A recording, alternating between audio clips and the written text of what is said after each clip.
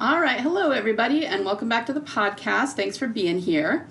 What is this number one secret to selling tons of fiction books online? It's not TikTok, it's not marketing, it's not ads. Those things are all great, but the answer to this question is both simpler and more complicated than any of them. And I'm going to tell you what it is today. But before we get to that, you need to understand something.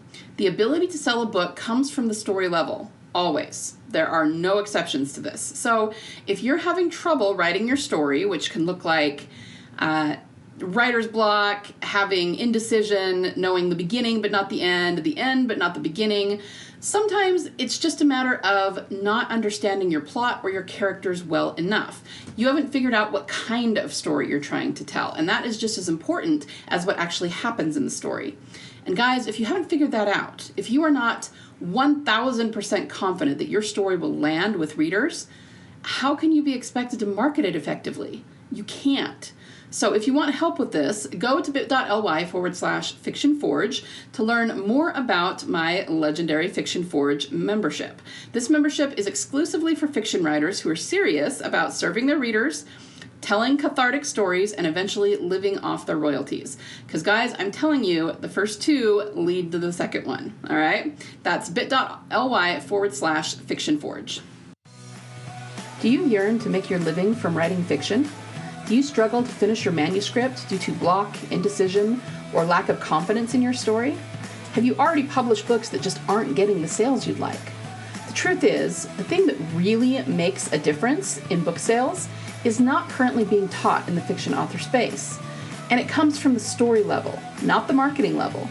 Real talk, if you don't get it right at the story level, no amount of awesome marketing is going to make your book a bestseller.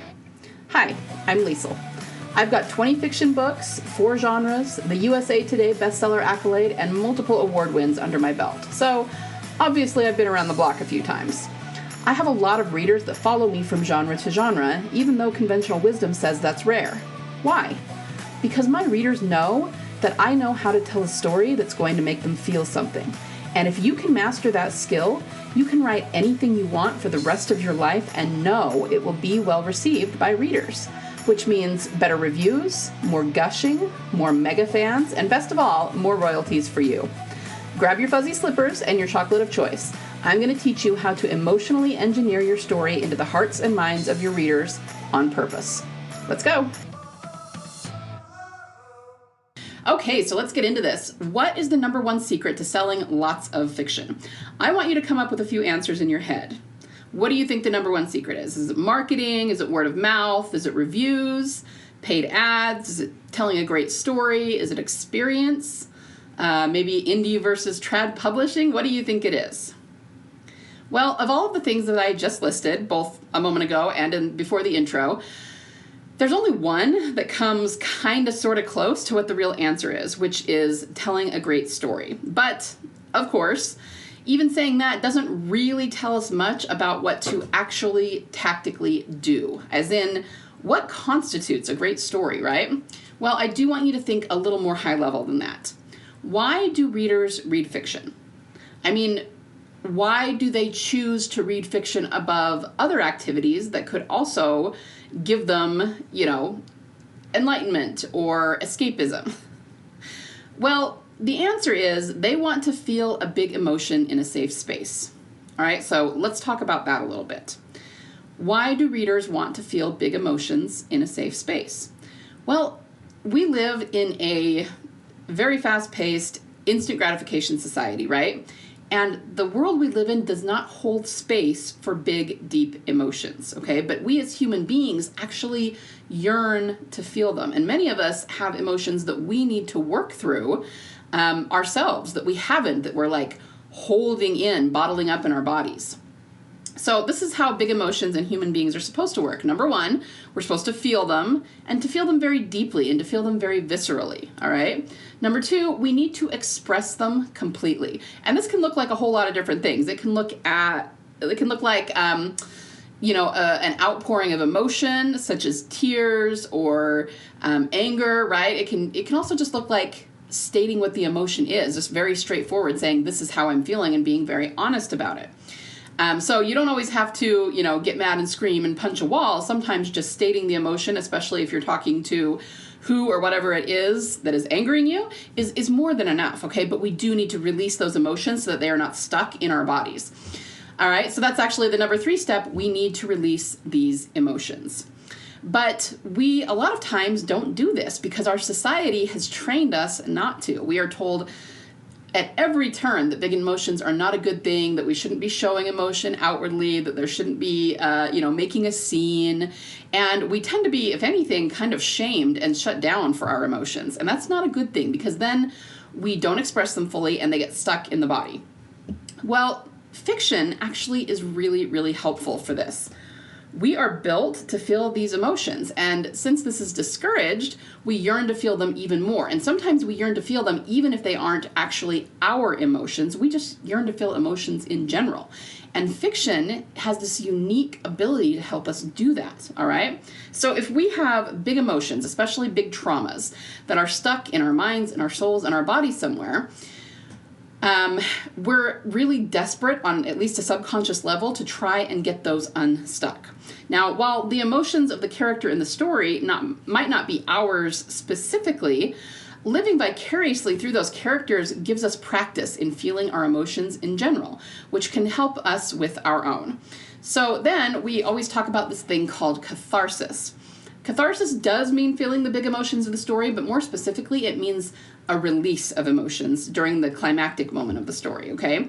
And it's kind of the same way. Feeling a release of emotions, even if they're not ours, even if it's a release of the character's emotion that we're reading about, that can actually help us work through and release our emotions. Okay, so why do you think that so many readers talk about how, for example, reading Harry Potter helped them through some really hard times in their lives? Or when they read a story about a character who's going through exactly what they're going through or have gone through in the past, it makes them feel better and like they're not alone, right? Because they relate to these characters. I mean, every story we tell, even if it is fictional, on some level is still nonfiction because readers are relating to the emotions of that story and they are real. They are part of the human experience, right? So you have to understand that emotion, putting emotion into your story is the number 1 secret to selling lots of fiction. That might sound trite, like, duh, of course I know that, but do you really, okay? Are you intentionally infusing every part of your story with this emotion? Do you know how to do that intentionally? Okay, because we're not just talking you need to talk about your character's emotions. That's not even what we're saying here. We're not necessarily talking about the emotions of the character. We are talking about the emotions of the reader.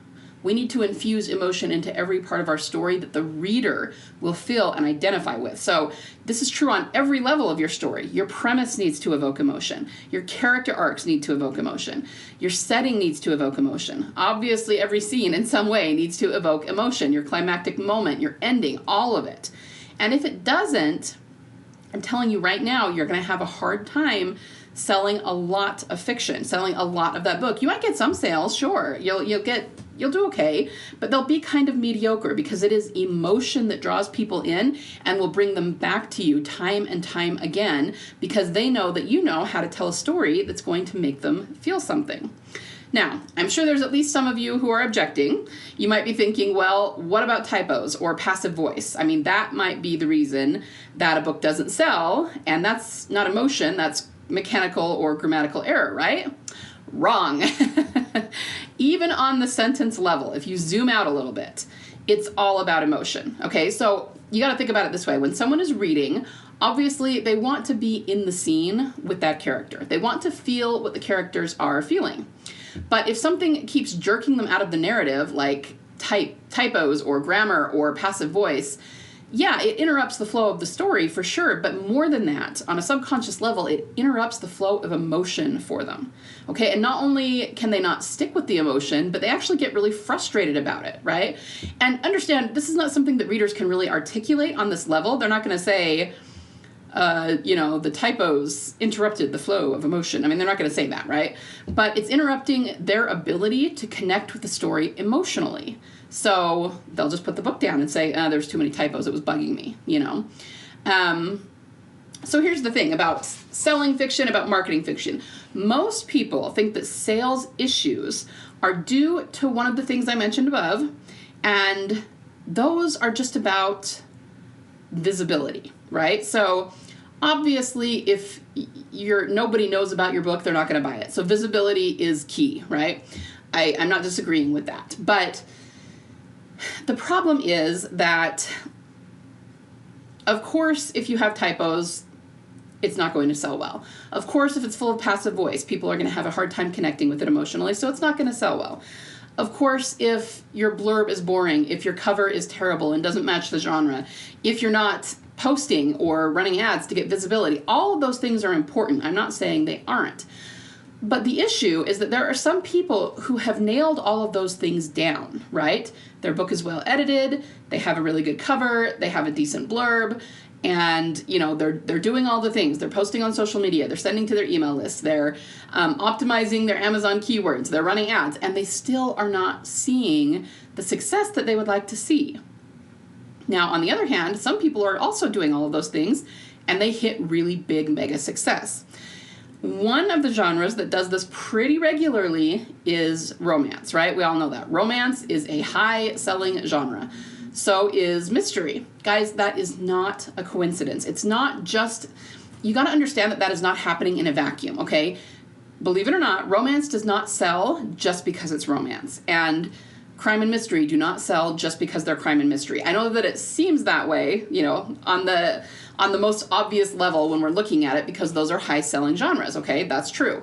But when you dig down a little deeper, you've got to understand that emotion is still behind it. Romance readers, or I should say romance writers, naturally have to put a lot of emotion into their stories. It's romance. That's what it's about. Literally, the emotional storyline is the only one present in the entire novel, okay? So romance writers are just really good at infusing emotion into their story. They have to be.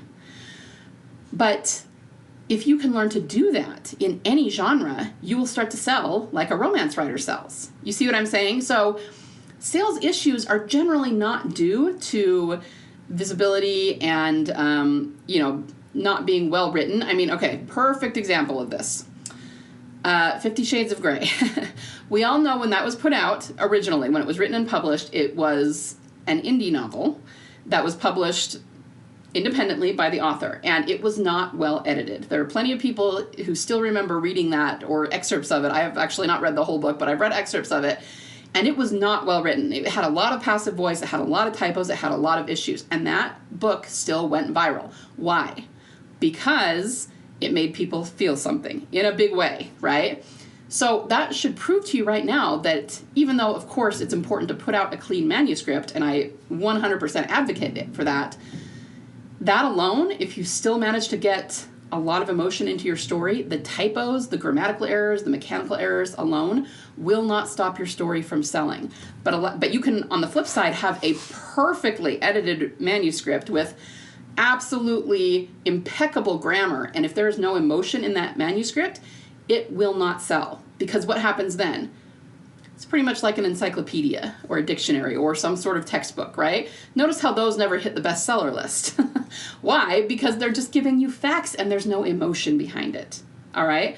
So all I'm trying to say is that problems with marketing are about emotion as well. Inside my membership, I teach emotional marketing. I actually call it that. You need to figure out a way, and I've got plenty of ways for you to do this, to give the potential reader who's looking at your book page, deciding whether they want to buy it or not, you need to give them a snapshot of the emotion they're going to feel if they read your book. And then they will click that buy button. If you're just telling them in a straightforward way what your book is about, that's not going to do it for them, okay? There was a time several years ago when it probably would have. But now we know that the market is so saturated that we have to be able to stand out. And, that's something that's said a lot in our space. You need to stand out. The market is saturated, but you need to find some way to stand out. But there's not a whole lot of talk about how we go about doing that. Emotion. It is the only way to stand out in your reader's mind, because emotion is the only reason a reader wants to read your book. And then it doesn't really matter what happens in your book so much, but if you can give them that emotional experience, and it's definitely a learned skill. It's an art with marketing because we're given so small a window to give that to them. Even if we're talking about a blurb, we're given a paragraph or two at most to hook them emotionally. And if we don't, then they're on to something else. So we definitely need to hone in. We need to learn how to use what I call secret reader triggers. They are just very emotionally charged words and phrases that will create that emotional snapshot for your readers. We need to learn how to do that in our marketing, okay? Now, even when you guys, anyone who's listened to my podcast for very long has probably heard me use the tagline at the end of my podcast where I say there's always a market for awesome. That's actually something that I heard at a writer's conference years ago, 10 years ago. And it was something that I think it was an agent said it, and so I just kind of picked up on that. It's actually in a video too that they made for the conference.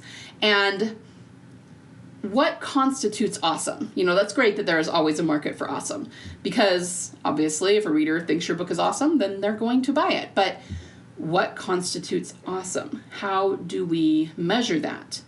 Again, the basic way, the only really I don't really want to use the word concrete, but the only really measurable way that we can talk about what a reader thinks is awesome is emotion, okay? So for fiction, the awesome meter is measured in levels of big emotion. You have to understand that. So the next question is, how do we make sure that we are infusing all of this emotion into our stories? Number one, we have to be intentional. And I'm going to do another podcast on intentionality and how if you are not being intentional in certain aspects of your story, you are going to have a real hard time getting that story to sell, okay? Because you'll be leaving too much on the table, leaving too much to chance. And this does not mean by any means that you have to plan every part of your story. You need to be intentional with some parts of your story, but of course still leave room for creativity and discovery writing and all that. I absolutely believe in that as a balance, but there are certain things you must be intentional about, okay? But more than that, we need to very specifically harness 3 different levels of emotions in our story. The first level, if you want to write these down, grab a pen. I'm going to give you the 3 levels of emotion here that I want you to be thinking about. The first level is the surface emotions, what I like to call the soap opera emotions, okay? We're going to use those to bring out the drama in every scene, and that keeps the reader engaged. That keeps them hooked. It's actually the same emotions that we're going to use in your marketing, which are called secret reader triggers, to hook your reader in the moment and give them that snapshot of emotion. So remember earlier when I said that marketing always starts at the story level? This is what I mean. Literally the same things, the same emotions and triggers that you use to write your scenes should be used in your marketing. But if you don't know what those are, chances are you didn't even put them in your scenes to begin with, and so that's a problem. But even if you did, you don't know how to find them or how to bring them out and turn them into marketing, okay? So that's why I say marketing starts at the story level, always. The second level of emotion is called emotions of the journey. This is what you're going to use to pull the reader through the book. Now, this is something you have to understand. Just the length and struggle of a journey to accomplish something creates emotion, all right? It's going to automatically engender emotion for anyone who is living through that journey or who is witnessing it. And your reader, as they're reading your story and living vicariously through your characters, should be doing both. They are both experiencing the journey and seeing the character go through it. Just that alone creates a ton of emotion, okay? Because we've been on the journey with them and we've seen their struggles. So you need to make sure you're harnessing this journey to create emotion at a second level. The third level of emotion is the internal arc, and you're going to use this internal arc specifically to manufacture catharsis for your reader. Now remember, I told you, you have to manufacture catharsis in order to make sure that you're giving the reader a satisfactory experience in reading your book. As long as you can do that, they will come back to your stories again and again, and they may even follow you across genres because they know that no matter what the story is about, you know how to tell a story that's going to make them feel something. And that is actually more important than what you put in your story specifically. Okay?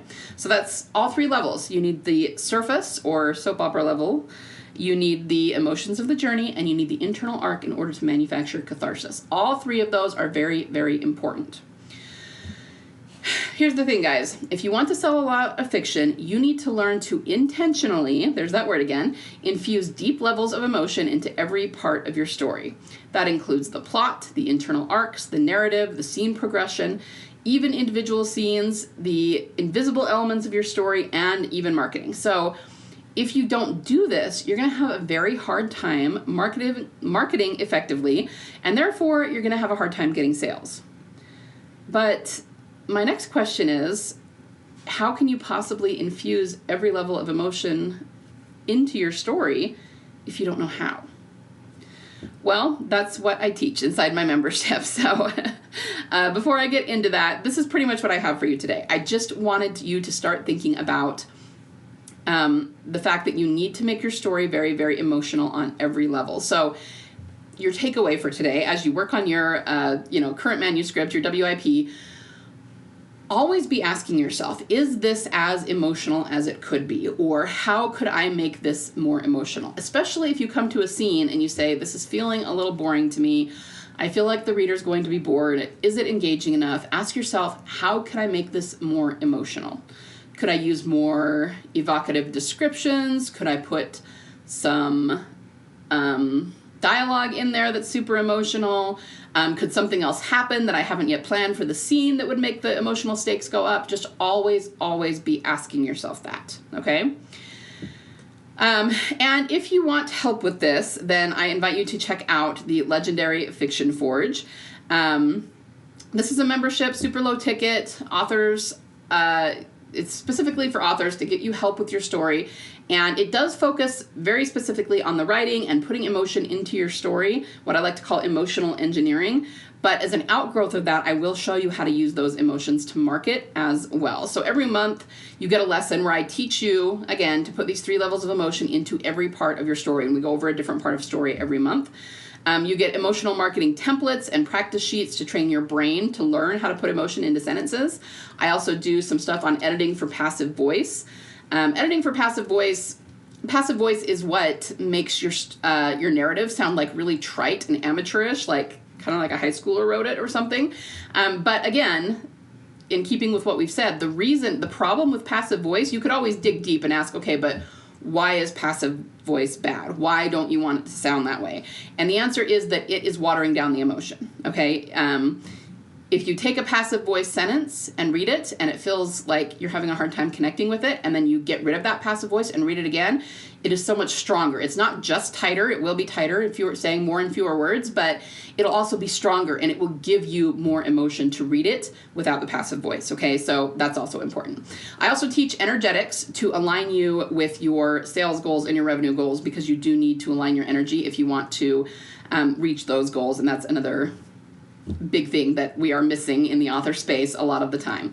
The other thing you get, though, is a community of authors. And I gotta say, the authors that are in there already are amazing. They are already supporting each other, and they are so excited about their stories and to get them written, and they care about getting them written in the right way so that the reader is feeling something. And it's just an amazing community that we already have in there. You also get 2 Q&A calls with me every month, so you can get your questions answered. And if you want group coaching, we have a way for you to do that and to work on your individual things, time permitting. So that's what you get every month, and it's, as of right now, it is $47 a month, which I joke is sometimes less than a gallon of gas these days. But if you're interested at all in learning how to infuse every part of your story with big emotions so that you can create more mega fans and get more sales, check out the Legendary Fiction Forge. You can do so at bit.ly/Fiction Forge. Remember, this is only for authors who are really serious about serving their readers through big emotion and eventually living off their fiction royalties. So if that isn't you, feel free to pass on that. But I do still hope that you will join me either way next time on the Fiction Author Business School podcast. On Thursday, we're going to be talking about what you need to know to figure out the theme of your story. So stay tuned for that, all right? Everybody have a wonderful week of writing. Go home and try to infuse more emotion into whatever it is you're writing. And remember, there is always a market for awesome. See you next time, guys. Thanks for listening today. If this episode helped or inspired you in any way, would you do me a solid and leave me a review? Reviews help other fiction authors find the podcast. You could also recommend it to a writer friend of yours so they can get the same inspiration you got. Remember, you have a story inside you that only you can tell. So get out there and write your soul story. because your readers are waiting for it with bated breath.